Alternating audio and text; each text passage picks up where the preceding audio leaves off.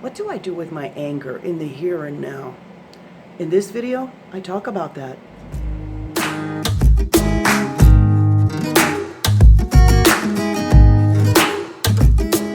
This is Small Changes Are Huge. Make that one small change in your life, commit to it for 8 days straight, and watch what happens. It's interesting, those words have never been so important to me as they've been for the past 2 weeks after George Floyd's death. Now, I've been living in so much anger, I haven't felt like making a video. And it would have been very much a screaming video with quite a bit of expletives. And I know that's not constructive at all. What's interesting, I said, well, if I abide by, make a small change in my life, what do I do about my anger? And I have two thoughts of that. My first thought is, first of all, there's nothing wrong with my anger, that I don't have to get rid of it, not think about it, or change it in any way, shape, or form. This is a freaking scary thought for me. I have to sit in it, almost revel in it, and look at, I would think to say, the true nature of what my anger is about. And yes, it's about, well, I've heard so many people say, oh my goodness, this has happened again. And I get angry because this happens a lot more often than social media or the media in general leads us to believe.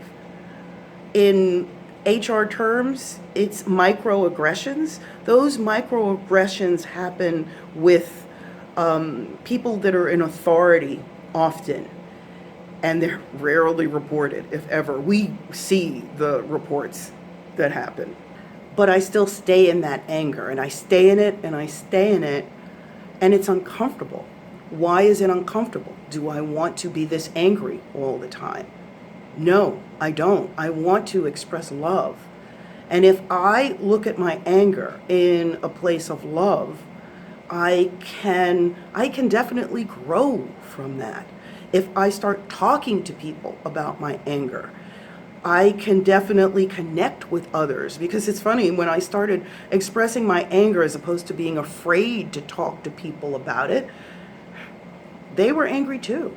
And it didn't matter what their race was, or their ethnicity, or their status in the world. Everybody was angry, or they had anger as one of their feelings. That's important for me to know, so I'm connecting with others. I know, it's uncomfortable. I didn't want to stay with my uncomfortable feelings. And that's the second part of this, is that I really have to start becoming comfortable in what is uncomfortable. I have to start staying and becoming comfortable with what is comfortable. I don't even want to say it right. I have to start being comfortable in what is uncomfortable. And that's where society can grow. And if I just think of it as myself, that's how I can grow. And once I stay in being comfortable with being uncomfortable, look, I'm angry at what happened. Look at this. Why doesn't this change? Why doesn't this change? And we start a conversation, and I'm uncomfortable with that conversation, but I continue having the conversation.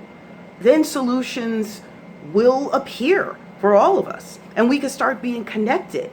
And that's the big deal, because we haven't had a freaking uncomfortable conversation in 50, 60, 150, 400 years. We haven't had it. We're all afraid to do it. I know I am. And that's where things will change, because then I start thinking of solutions for what's going to happen. We all start thinking about solutions of what can happen next. This is such a pivotal moment for everyone in history, for the country. And I'm in the US, I'm in New York. This is so pivotal for all of us in this country.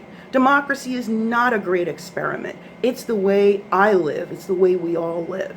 And for us to move on and keep going and to find a solution, and I'm sorry, let me step back. There's not just one solution for this. There can be multiple solutions, or solutions of many types. It's a journey. And I remember the first time I heard those first words of, wow, it's a journey. That means I have to do some work. Well, yes, I have to be comfortable with the uncomfortability of that it's a journey, and it's not going to end in June of 2020 or in 2 years or 5 years. But if we start on the road to what the next steps are, watch what happens. What I say is small changes are huge, is make that small change in my life.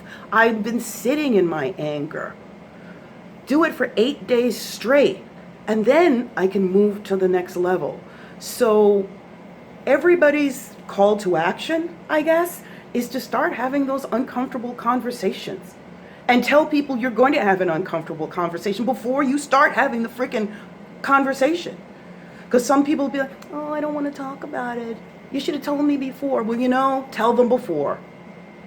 And get a whole bunch of people and start a revolution.